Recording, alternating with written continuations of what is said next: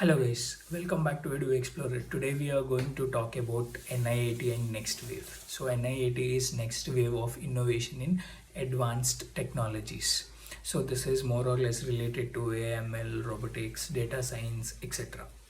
Now what these guys do is, so what is Next Wave? So Next Wave is an upskilling company for students. So if I'm a BTech graduate and I'm struggling to understand Java, Python, C, C++ or any programming language, and I am getting difficulty in let's just say getting a job or securing a job. Now what these guys used to do is these guys used to train me and ensure I am placed. So this is what these guys do, which every other training company in India does or anywhere in the world does. Now what is NIAT? So NIAT is baby of Next Wave, where these guys are partnering with universities and then training students that they have.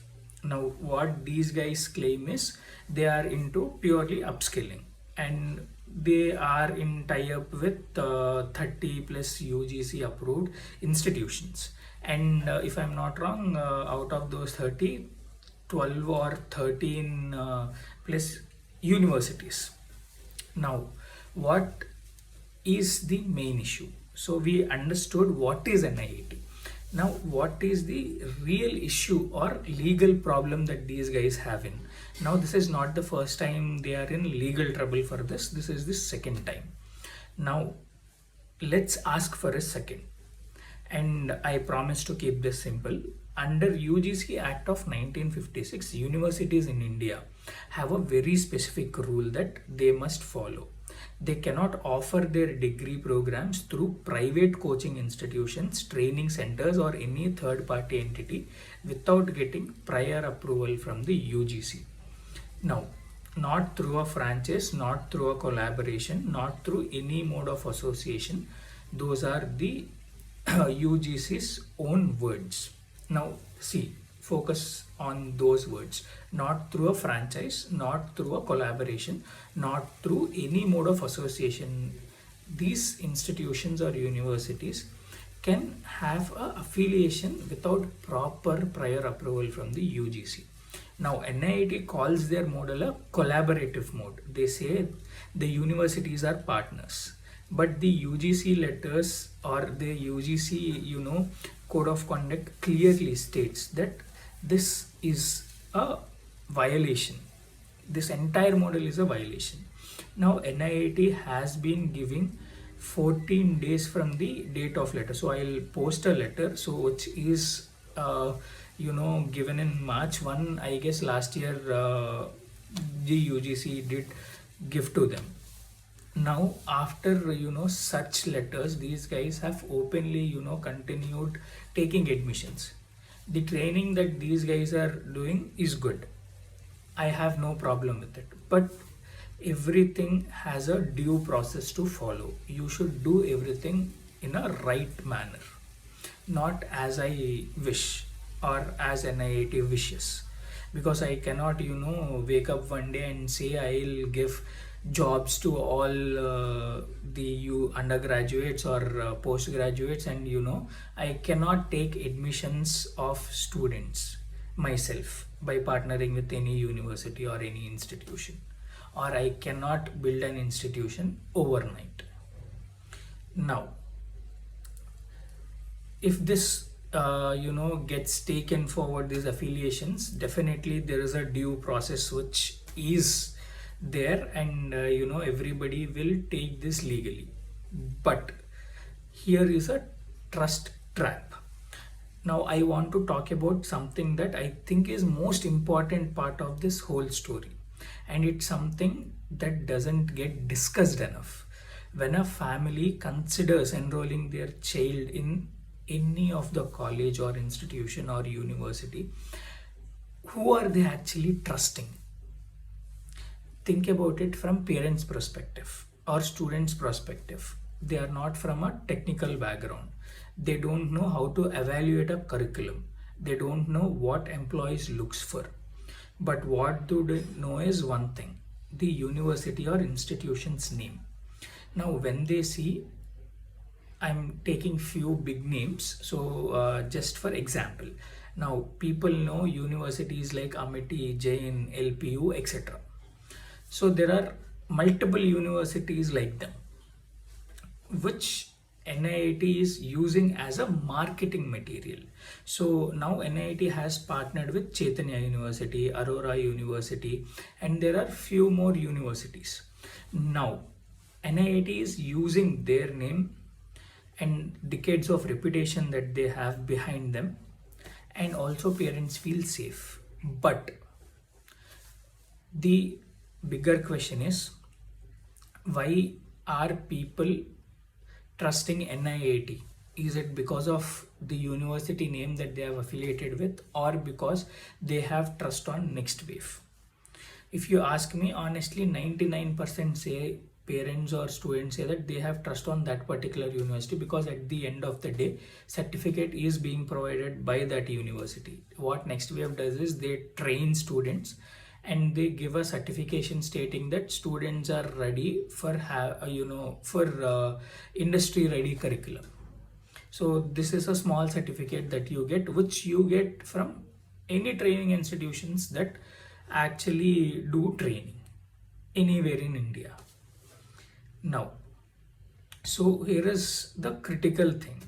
Now the parents think that they are enrolling in the university, but actually they are not. They are enrolling in NIAT, which claims to have a deal with university. The teaching is from NIAT, the content is from NIAT, the faculty is from NIAT, the operations are from NIAT. Now the university is essentially lending its name and its degree granting power. That's it. Now one more question to universities is, if you cannot deliver the academic curriculum, or if you cannot provide placements for students, why in the first place have you guys started any university? If you cannot build a name for yourself, if you cannot give better training for your students, why have you started the university in first place? Now there are many companies which offer training services, and there are few freelancers as well who go and partner with universities and train students. So they only train on concepts that are required or necessary for placements like NIAT does. Now the difference is NIAT completely hijacks the curriculum, where these training companies or freelance trainers, they do not hijack the entire curriculum. They just take time slots of students with their management schedule that is already ongoing, and they train students for job ready along with other subjects which are being taught by the professors of university or the institution. Now ask yourself, if the quality drops, who is accountable? See, now NIAT is not a very old company or a very well established company. Now these guys have given and also being given many promises. If I'm not wrong, last year they might have done close to 10,000 admissions. This year they're looking at more. Now, are there enough faculty to actually train these many students? Question number one. Question number two, if the faculty is not enough at any cost, what will NIAT do? So if the quality drops, let's just say they have prepared for 15,000 students and 20,000 students have joined. Now what will they do to cover the shortage? How many trainers that they actually have? What are the profiles of trainers? Now if you go into any particular institution or university, you get to see who is the professor, what is his or her background, whether they are from a PhD or not, whether they have done any projects or not, whether they have done any theses or not. Everything is open.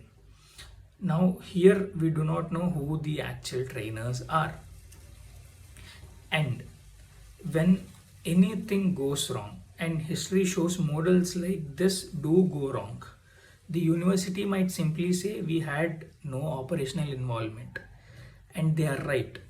Now the students are left with 100% of risk, but the students have never been given this clarity, or the parents. Now, if the quality drops, who is accountable? If NIT shuts down next year, does the university refund your fee? Now, does the university continue your education? Almost certainly not. If it is, let's say 70-30, 60-40, or any split, we at least have a chance of speaking to university because they have certain number of trainers, professors, teachers there.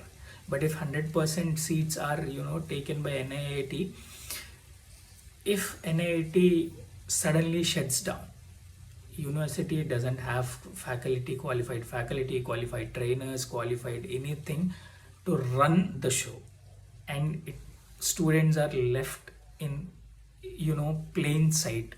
Everybody are left with a question mark in their mind.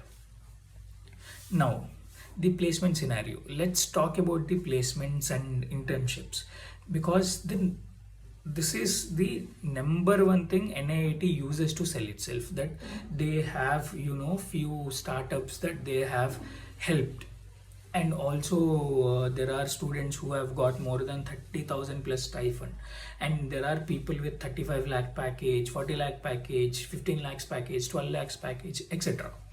Now, they advertise big placement numbers, top companies, high salaries. I'm not saying NIAT students has never gotten a job, or Next Wave or NIAT has never given a job or internship for students. I'm sure they may have.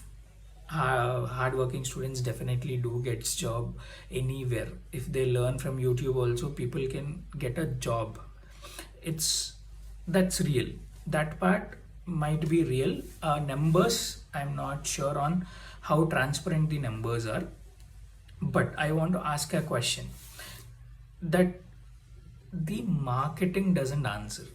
First, out of how many students enrolled, how many actually completed the program? What is the dropout rate?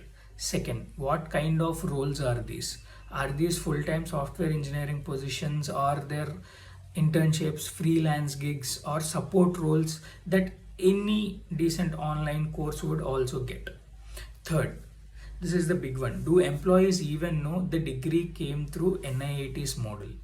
Or do they simply see a university name or certificate and assume it is a regular degree? Now, as these guys might have few affiliations with companies, few companies might know it is a NIAT backed degree. Now, because if also the company trusts universities more than NIAT or training companies. Training companies might say they have given XYZ modules trained for students, so that the company inside company training might be easy, or students might well adjust and perform well in the company. I do accept it, but here is the scariest question. If UGC doesn't approve this model, and if it proceeds to take with any action on this degrees that declare these degrees unauthorized, do the placement hold up? Does the employer rescind the offer when they find out the degree has a legal question? There are rhetorical questions. These are the things that students and parents deserve documented. Verifiable answers, not glossy testimonials in a YouTube ad. Now, I have applied myself for NIAT to see how these guys function. I have received a call from NIAT. I've paid 1200 application fee, and the irony is, if you actually sign up and leave without paying application fee, after 2-3 days, these guys will make it to 300. I have received a WhatsApp message from those guys stating that you have not completed the application, though I have completed my application, and it says 900 off, 300 for application. Now this is where I've got fooled, and I've paid entire 1200 in first go. So that is my honest mistake. And now these guys will ask me to take a online test or a offline test. If offline is fine, I can go to their NIAT Hyderabad campus and take it. And if I am not available, I can take it online. It is a basic psychometric test, mathematical test, and aptitude test, I guess. Now 3 sections, and based upon the score, they'll give me discount on the fee structure. So firstly, the fee structure might vary from 12 to 18 lakhs, and it is not the actual university fee. So if the affiliated institution has only 1 lakh fees, but these guys are still collecting 2 lakh fees per year. Now the fees these guys collect is on very high rate. I'm not sure whether this justifies with the trainers that they bring, because they are not showcasing trainers anywhere on their website. There is no entire list of trainers anywhere. And these guys have list of few list of mentors that are there from world-class tech companies, but it's not like a list of 2000 or 3000 trainers who can actually train or fulfill the demand that these guys are creating by absorbing 10-15,000 people every year. Now the curriculum, these guys really have the authority or authenticity to create a curriculum? Definitely not. If they are doing it as an online training course, they can create their own structure, but these guys are teaching actual degree students, and these guys do not have authority to tamper with the curriculum. If the curriculum is old and if it needs updated, fight legally, update the curriculum, then train the students as a authority who can train students through university degree, not simply partnering with universities or institutions and playing with life of students. So it is not the first time. There used to be a university which was promoted by Shah Rukh Khan and many big Bollywood actors, and at the end of the day it went in vain. It got closed, careers got destroyed. We just have to make sure history doesn't repeat itself, and we should be careful as parents and students. There are multiple universities which offer good placements, good training. Choose from those institutions or universities. Do not blindly go with seeing testimonials on YouTube ads, because if you want to secure a good internship, if you want to do a good project, if you want to have assessments done, there are plenty of websites with a fraction of cost that offer. So if you want to learn coding with a project, open YouTube, search it. There are 10-15 different channels that help you build a project, promote a project. If you have an idea, there are multiple repositories on GitHub to see the practicality, whether it works out or not. Now you have many AI platforms which can actually design the website, run a promotional, it gives a promotional ad campaign on how you can run it, how you can integrate everything. You can try everything on your own. And the best part is, if you record it and if you showcase it live to audience, people connect more and your network improves. Also the viewers count, then people actually help you if you're stuck anywhere and your product reaches miles than this. So do not spend 12-15 lakhs without knowing whether it is worth it or not. Stay tuned for more. We'll discuss more such institutions, more such training programs in our future videos. Stay tuned for more. Do share, like, subscribe, and comment your views on it. Thank you. Stay tuned. Peace out.